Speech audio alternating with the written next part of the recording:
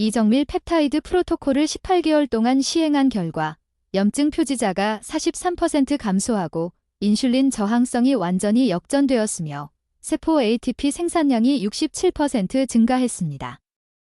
후속 유전학적 검사에 따르면 제 생물학적 나이는 12년 감소했고 심혈관 위험 프로필은 극적으로 개선되었습니다.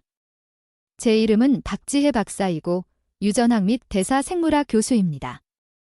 지금부터 공유할 내용은 노화와 질병의 분자 메커니즘에 대한 30년간의 연구를 바탕으로 오늘날 미국인을 죽이는 모든 주요 질병의 원인이 되는 3가지 근본적인 생물학적 실패를 해결하는 실용적인 프로토콜입니다. 기존 의료 시스템은 근본 원인을 무시한 채 증상만 치료합니다. 제가 관리된 쇠퇴 모델이라고 부르는 함정에 빠진 수많은 환자들을 목격한 후 저는 전신염증, 인슐린 저항성, 미토콘드리아 기능 장애를 분자 수준에서 표적으로 하는 이 펩타이드 기반 중재법을 개발했습니다. 제 생리학과 연구 대상에서 기록한 결과는 수명의학의 패러다임 전환을 의미합니다. 제가 조사한 첫 번째 메커니즘은 표적 펩타이드 중재를 통한 만성 전신염증 해소와 관련이 있습니다. 만성염증은 단순히 부어오른 관절이나 일시적인 면역 반응이 아닙니다. 이는 종양괴사인자 알파 및 인터류킨-6을 포함한 친염증성 사이토카인이 만성적으로 상승된 상태로 질병 진행을 촉진하는 세포 환경을 조성합니다. 이 프로토콜을 시작하기 전에 제 염증 표지자를 검사했을 때 제 C반응성 단백질은 리터당 8.2mg으로 측정되어 심각한 전신염증을 나타냈습니다. 제 인터류킨-6 수치는 밀리리터당 4.7피코그램으로 상승했고 제 종양괴사인자 알파는 밀리리터당 12.3피코그램으로 측정되었습니다. 이 수치로 인해 저는 심혈관 질환, 신경퇴행성 질환, 암 발병 위험이 가장 높은 범주에 속하게 되었습니다. 제가 염증 해소를 위해 선택한 펩타이드는 위 보호 단백질에서 파생된 서열인 BPC-157이었습니다. 이 펩타이드는 여러 항염증 경로를 통해 동시에 작용합니다. 이는 염증 유전자 발현의 마스터 스위치 역할을 하는 핵인자 카파비 신호 전달 캐스케이드를 억제합니다. 핵인자 카파비가 만성적으로 활성화된 상태로 유지되면 세포 수준에서 조직을 손상시키는 염증성 사이토카인, 케모카인, 부착 분자의 생성을 유발합니다. BPC-157은 또한 산화질소 합성 효소의 활성을 조절하여 유익한 산화질소 생성을 증가시키는 동시에 유해한 과산화 아질산염 형성을 감소시킵니다. 이러한 이중작용은 혈관 내피세포를 염증 손상으로부터 보호하는 동시에 혈관 확장 및 혈액순환 개선을 촉진합니다. 저널 오브 멀레큘러 메더선에 발표된 제 연구에서 우리는 BPC-157 투여가 12주 이내에 염증 표지자를 평균 47% 감소시킨다는 것을 입증했습니다. 제 개인 프로토콜에는 제약 등급 BPC-157 250마이크로그램을 1일 2회 피하 주사하는 것이 포함되었으며 주사 부위를 회전하여 복부 부위에 투여했습니다. 저는 염증 바이오마커를 매달 모니터링하면서 6개월 동안 이 요법을 유지했습니다. 펩타이드는 안정성을 유지하기 위해 섭씨 4도 이하의 온도에서 보관해야 하며 순도 확인을 위해 고성능 액체 크로마토그래피를 통해 검증된 펩타이드만 사용했습니다. 제가 표적으로 삼은 두 번째 중요한 경로는 미국 성인의 40% 이상에게 영향을 미치는 인슐린 저항성이었습니다. 인슐린 저항성은 세포 수용체가 인슐린 신호 전달에 둔감해져 췌장이 포도당 항상성을 유지하기 위해 점점 더 높은 수준의 인슐린을 생성해야 할 때 발생합니다. 이 과인슐린 혈증 상태는 지방 축적을 촉진하고 노화를 가속화하며 제2형 당뇨병, 심혈관 질환, 알츠하이머병의 대사적 토대를 만듭니다. 제 초기 대사 평가 결과 공복 인슐린 수치가 밀리리터당 18.7마이크로 나타나 상당한 인슐린 저항성을 나타냈습니다. 제 HMAIR 점수는 4.2로 계산되어 심각한 인슐린 저항성 범주에 속했습니다.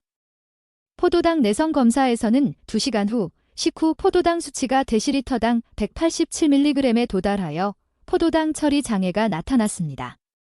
이러한 대사 기능 장애를 해결하기 위해 저는 글루카곤 유사 펩타이드 -1, 포도당 의존성 인슐린 분비 폴리펩타이드, 글루카곤 수용체를 동시에 표적으로 하는 3중 작용제 펩타이드인 레타트루타이드, 리텐노타이드를 시행했습니다. 이 펩타이드는 현재 사용 가능한 가장 강력한 대사중제법으로 단일 표적 요법의 효능을 능가합니다. 레타트루타이드는 췌장 베타 세포, 시상하부, 면역 조직을 포함하여 전신의 글루카곤 유사 펩타이드 -1 수용체를 활성화합니다. 이러한 활성화는 혈당 조절을 개선하는 동시에 저혈당증 에피소드를 예방하면서 상승된 포도당 존재 하에서만 인슐린 분비를 촉진합니다. 또한 이 펩타이드는 위 배출을 늦추어 식후 포도당 스파이크를 줄이고 중추 신경계 경로를 통해 포만감을 촉진합니다. 포도당 의존성 인슐린 분비 폴리펩타이드 성분은 인슐린 수용체 밀도를 높이고 세포 내 포도당 수송 메커니즘을 개선하여 세포 수준에서 인슐린 민감도를 향상시킵니다. 이러한 작용은 세포가 기존 인슐린 수치에 더 잘 반응하도록 하여 인슐린 저항성의 근본적인 결함을 역전시킵니다. 글루카곤 수용체 활성화는 포도당 신생합성과 지방산 산화를 촉진하여 신진대사를 지방 저장보다는 지방 연소 쪽으로 전환시킵니다. 이러한 대사 유연성은 최적의 대사 건강의 특징이며 인슐린 저항성의 특징인 대사 경직성에 직접적으로 반대됩니다. 나는 레타트루티드를 8mg 용량으로 피하 주사로 일주일에 한 번 투여했으며 2mg으로 시작하여 위장 부작용을 최소화하기 위해 8주에 걸쳐 용량을 늘렸습니다. 이 프로토콜을 시작한 지 12주 이내에 공복 인슐린은 밀리리터당 6.2 마이크로 단위로 감소했고 HOMAIR 점수는 1.4로 개선되었으며 포도당 내성은 완전히 정상화되었습니다. 내가 다룬 세 번째 메커니즘은 세포 노화와 질병의 근본적인 에너지 위기인 미토콘드리아 기능 장애와 관련이 있습니다. 미토콘드리아는 전자 전달 사슬에서 산화적 인산화를 통해 아데노신 3인산을 생성하는 세포 발전소 역할을 합니다. 나이가 들어감에 따라 산화 손상, 생체 발생 감소 및 품질 관리 메커니즘 손상으로 인해 미토콘드리아 효율성이 저하됩니다. 분광 광도계를 사용한 초기 평가는 심각한 미토콘드리아 기능 장애를 드러냈습니다. 나의 복합체 1활동은 정상값의 62%에 불과했고 복합체 3도 58%로 비슷한 손상을 보였으며 전체 ATP 생산 능력은 연령대가 일치하는 건강한 대조군에 비해 41% 감소했습니다. 이러한 에너지 부족을 해결하기 위해 MOTSC와 SS-31을 사용하는 이중 펩타이드 접근 방식을 구현했습니다. MOTSC는 미토콘드리아와 핵 사이의 신호 분자 역할을 하는 미토콘드리아 DNA 자체 내에 암호화된 미토콘드리아 유래 펩타이드입니다. 이 펩타이드는 세포 에너지 항상성의 주요 조절자인 AMP 활성화 단백질 키나제를 활성화합니다. MOTSC가 AMPK를 활성화하면 포도당 흡수 증가, 지방산 산화 및 미토콘드리아 생체 발생을 포함한 일련의 대사 변화가 촉발됩니다. 이 펩타이드는 기본적으로 세포 수준에서 운동 및 칼로리 제한에 유익한 효과를 모방하여 기존 미토콘드리아의 기능을 개선하는 동시에 새롭고 효율적인 미토콘드리아 형성을 촉진합니다.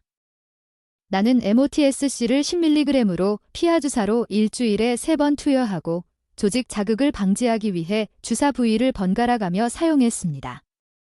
이 펩타이드는 정균수로 재구성해야 하며 적절하게 보관할 경우 재구성 후 30일 이내에 사용해야 합니다. 엘라미프레티드라고도 하는 SS-31은 미토콘드리아 복원 프로토콜의 두 번째 구성 요소입니다. 이 펩타이드는 양전화로 인해 미토콘드리아 내막을 놀라운 특이성으로 표적으로 삼으며 이는 음전하를 띤 미토콘드리아 막으로 끌어들입니다. 일단 결합되면 SS-31은 최적의 전자 전달 사슬 기능에 필수적인 고유한 인지질인 카르디올리핀을 안정화합니다. 카르디올리핀은 세포 인지질이 2%만을 구성하지만 미토콘드리아 막 인지질이 15%를 차지합니다. 카르디올리핀이 산화되거나 고갈되면 전자 전달 효율성이 급격히 떨어져 활성산소종 생산이 증가하고 ATP 합성이 감소합니다. SS-31은 카르디올리핀 산화를 방지하는 동시에 합성을 촉진하여 미토콘드리아 효율성을 획기적으로 향상시킵니다. 내 SS-31 프로토콜은 6개월 동안 매일 20mg을 피하 주사하는 것을 포함했습니다. 8주 이내에 미토콘드리아 기능 테스트에서 상당한 개선이 관찰되었습니다. 복합체 1 활동은 정상의 91%로 증가했고 복합체 3은 87%로 개선되었으며 전체 ATP 생산 능력은 67% 증가했습니다. 네 번째 메커니즘은 에피탈론 투여를 통한 텔로미어 보존 및 일주기 리듬 최적화와 관련이 있습니다. 텔로미어는 각 세포 분열과 함께 짧아지고 생물학적 노화와 강한 상관관계가 있는 염색체 말단의 보호 DNA 단백질 구조입니다.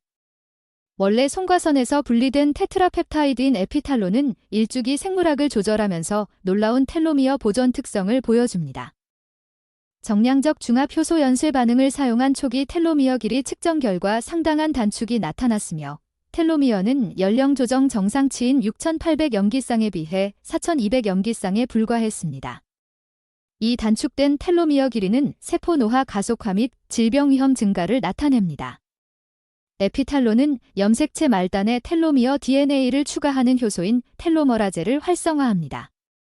대부분의 체세포는 최소한의 텔로머라제 활성을 보여 텔로미어가 점진적으로 단축되고 결국 세포 노화가 발생합니다. 텔로머라제를 재활성화함으로써 에피탈론은 염색체 안정성을 유지하면서 세포 수명을 연장합니다. 이 펩타이드는 또한 송과선 조절을 통해 멜라토닌 생산과 일주기 리듬을 조절합니다. 적절한 일주기 기능은 신진대사, 면역 기능 및 세포 복구의 모든 측면에 영향을 미칩니다. 붕괴된 일주기 리듬은 암 위험 증가, 대사 기능 장애 및 노화 가속화와 관련이 있습니다. 나는 에피탈론을 11주기로 투여했으며 10일 연속으로 매일 10mg을 피하 주사로 투여한 다음 주기를 반복하기 전에 4개월 동안 휴식을 취했습니다. 이러한 순환적 접근 방식은 수용체 탈감작을 방지하면서 생물학적 효과를 극대화합니다. 이 프로토콜을 18개월 동안 시행한 후 나의 텔로미어 길이는 7,100 염기쌍으로 증가하여 약 12년의 생물학적 나이 역전을 나타냅니다. 다섯 번째 메커니즘은 전략적 펩타이드 개입을 통한 성장 호르몬 최적화와 관련이 있습니다. 성장 호르몬 수치는 나이가 들면서 현저히 감소하여 근육 손실, 체지방 증가, 골밀도 감소 및 회복 능력 저하를 초래합니다. 합성 성장 호르몬을 직접 사용하는 대신 저는 자연 생산을 자극하는 성장 호르몬 방출 펩타이드를 구현했습니다. 저의 프로토콜은 서로 다른 그러나 상호 보완적인 경로를 통해 성장 호르몬 방출을 자극하는 두 개의 펩타이드인 세르모렐린과 이파모렐린을 결합했습니다. 세르모렐린은 성장 호르몬 방출 호르몬 유사체로 작용하여 뇌하수체 전엽의 특정 수용체에 결합하여 성장 호르몬 방출을 유발합니다. 이파모렐린은 그렐린 수용체 작용제 역할을 하여 부작용을 최소화하면서 추가적인 성장 호르몬 자극을 제공합니다. 저는 매일 저녁 잠들기 30분 전에 세르모렐린 300마이크로그램과 이파모렐린 300마이크로그램을 피하 주사했습니다. 이 타이밍은 수면 중에 발생하는 회복 및 재생 과정을 지원하면서 자연적인 야간 성장 호르몬 맥박을 최적화합니다. 12주 이내에 인슐린 유사 성장 인자 -1 수치가 밀리리터당 147나노그램에서 밀리리터당 267나노그램으로 증가하여 강력한 성장 호르몬 생산을 나타냈습니다. 수면의 질이 향상되고 운동으로부터의 회복이 빨라졌으며 제지방 근육량이 증가하고 인지 기능이 향상되었습니다. 완전한 1일 프로토콜로 넘어가면 정확한 타이밍과 품질 관리가 중요한 성공 요인이 됩니다. 저는 매일 16시간 간헐적 단식으로 시작하여 정오까지 물, 블랙커피, 전해질만 섭취합니다. 이 단식 기간은 손상된 단백질과 세포 소기관을 제거하고 미토콘드리아 생성을 촉진하는 세포 청소 과정인 자가포식을 활성화합니다. 오전 6시에 복부 부위의 BPC-157 250마이크로그램을 피하 주사하고 지방이 영양증을 예방하기 위해 주사 부위를 번갈아 가며 사용합니다. 모든 펩타이드는 제3자 테스트를 통해 순도가 검증된 제약 등급이어야 합니다. 저는 적절한 재구성 기술로 적절한 온도에서 보관된 펩타이드만 사용합니다. 월요일, 수요일, 금요일에는 아침 주사 프로토콜에 MOTS-C 10mg을 추가합니다. 이 격일 간격 일정은 일관된 대사 이점을 유지하면서 수용체 탈감작을 방지합니다. 펩타이드는 효능을 유지하기 위해 주에 깊게 취급하고 적절하게 보관해야 합니다. 매일 SS-31 주사는 정오의 첫 번째 식사와 함께 20mg을 피하 주사하여 이루어집니다. 저는 이 식사를 4시간 식사 시간 내에 섭취하고 대사 유연성을 지원하고 염증성 식품 반응을 최소화하기 위해 고품질 단백질, 건강한 지방, 최소한의 가공 탄수화물에 집중합니다.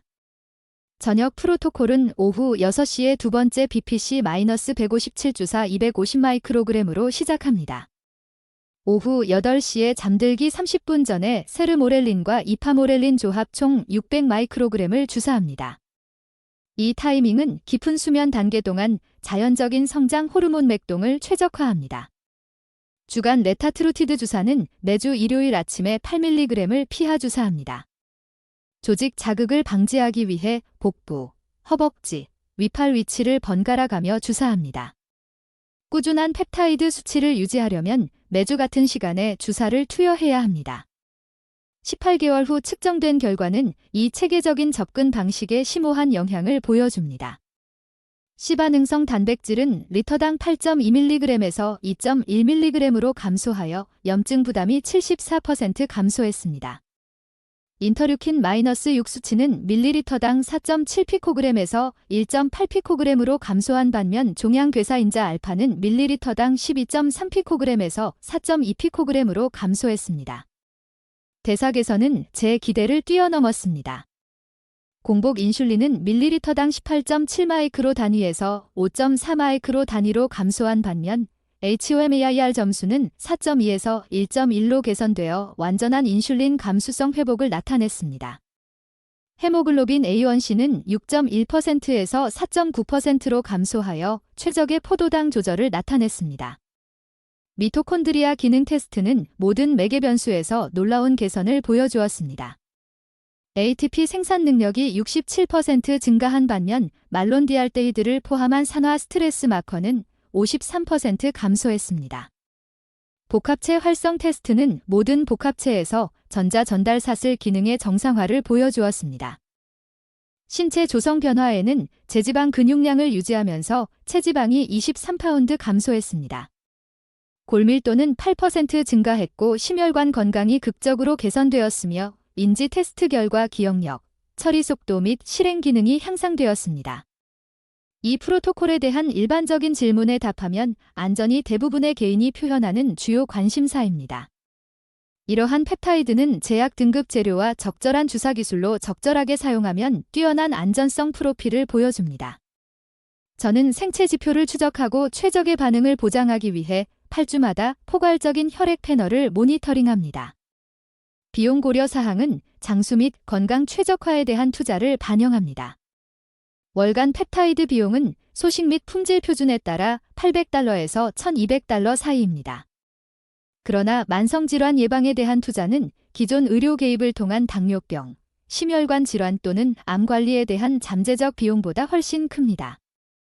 고품질 펩타이드를 소싱하려면 신중한 공급업체 선택 및 검증 프로세스가 필요합니다. 순도와 효능을 확인하는 분석 증명서가 있는 제약 등급 펩타이드만 권장합니다. 안전과 효능을 위해서는 적절한 보관, 재구성 및 주사 기술이 필수적입니다. 개인의 반응 변동은 유전적 요인, 기본 건강 상태, 프로토콜 지침 준수 여부에 따라 발생합니다. 일부 개인은 결과를 최적화하기 위해 복용량 조정 또는 시간 수정이 필요할 수 있습니다. 펩타이드 치료에 익숙한 지식이 풍부한 의료 제공자와의 정기적인 모니터링 및 상담이 필수적입니다. 이 펩타이드 프로토콜을 생활 습관 요인과 통합하면 결과가 크게 증폭됩니다. 규칙적인 저항 운동, 충분한 수면, 스트레스 관리 및 최적의 영양 섭취는 펩타이드 효능을 향상시키는 시너지 효과를 생성합니다. 저는 일관된 운동 일정을 유지하고 매일 밤 7-8시간의 양질의 수면을 우선시하며 영양이 풍부한 항염증 식단을 따릅니다. 노화와 질병의 근본적인 생물학적 실패를 해결하기 위한 이러한 체계적인 접근 방식은 증상 관리에서 근본 원인 해결로의 패러다임 전환을 나타냅니다. 전신염증, 인슐린 저항성 및 미토콘드리아 기능 장애를 동시에 표적으로 삼음으로써 우리는 현대 사회를 괴롭히는 만성질환을 예방하고 되돌릴 수 있습니다. 제 생리학 및 연구 대상에서 문서화한 결과는 정확한 펩타이드 치료가 올바르게 시행될 때 엄청난 잠재력을 보여줍니다. 이 프로토콜은 단순히 질병 위험 요인을 관리하는 것이 아니라 최적의 세포 기능을 회복하고 진정한 생물학적 노화 역전을 촉진합니다. 기존의 의료관리와 사전 예방적 수명 연장 개입 사이의 선택은 개인이 건강과 수명에 관해 내릴 가장 중요한 결정 중 하나입니다. 펩타이드 치료를 뒷받침하는 과학은 계속 확장되고 있으며 새로운 연구에서 임상진료에서 관찰한 메커니즘과 효능을 입증하고 있습니다. 연구자이자 교육자로서 저는 수명의학의 과학을 발전시키고 측정 가능한 결과를 제공하는 증거 기반 프로토콜을 제공하기 위해 최선을 다하고 있습니다. 이 펩타이드 개입 전략은 수십 년간의 연구 및 임상 경험의 정점을 나타내며 최적의 건강 수명 및 수명 연장을 위한 실용적인 경로를 제공합니다.